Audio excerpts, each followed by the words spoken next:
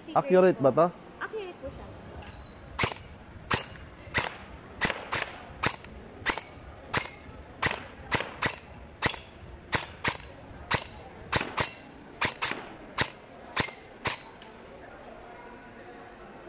Shots po, time 18.15 seconds. 18 seconds, 24 shots. Bali 12 to, di ba? So nag-miss ako ng 12 din. Ulit. Ready na po. Wait lang. Sige, game. Stand by.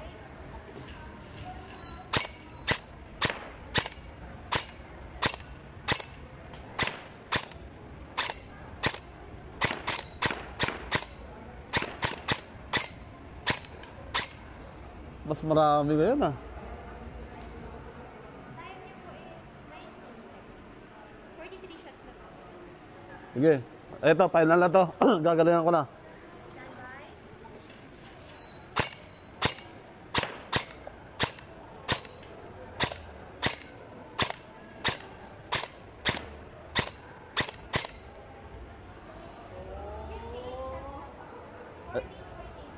Ah, di ba? Mas gagaling ko pa. Wait lang ate. Game. Bye.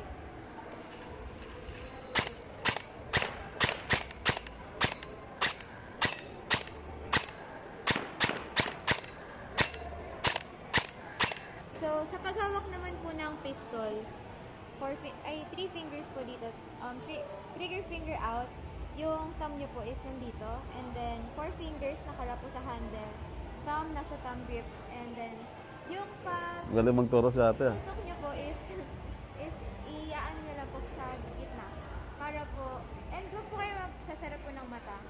Para hindi po kayo yung parang nadudulog or mag-iiba po kasi yung sight niya. Sige. Yung favorite. So, Pero accurate to, yung front tsaka rear niya. opo, accurate. If ever po na hindi nyo matamaan, ang gagawin nyo po is i-compensate nyo. Medyo pwede nyo po ibaba yung baril. Okay, sige. Oh, ayaw, ma'am. Ayaw. Hindi natatamaan yan? Yun, natamaan na yan ah.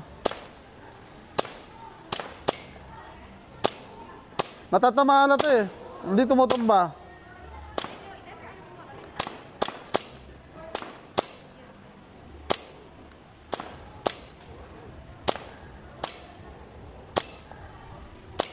Pero natamaan na yan ah. Ayaw matumba. Ayun, wala na. Naubos na. Ah, ubos na yan? Opo, ubos na. My God! Ito, mayroon pa akong 3. 6, di ba? Magpatayo ka ulit eh.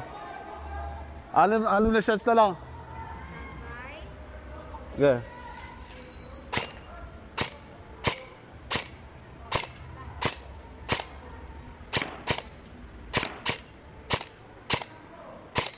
Nubos ko. Yan, okay na. Nahirapan ako sa pistol ito. Hindi ko lang alam, di accurate ata eh. Kasi maayos naman yung front tsaka rear ko eh. Ewan ko lang, ba't ayaw tumama. Pero okay naman, napatamba naman natin.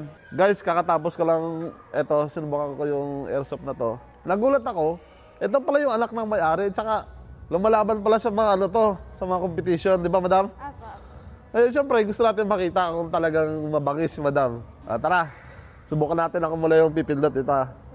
Ready?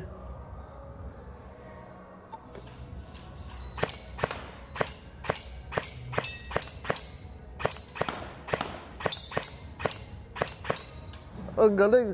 Ano, pipindutin? Opo.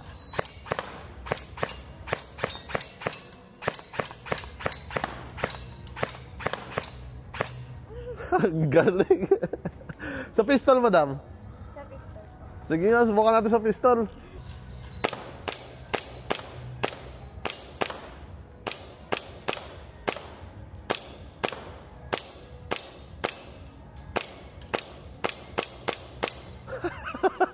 Ang galing. Isa pa, madam, pwede pa? Sige po, pwede po. Pwede pa, sige. Isa pa. Oh, game.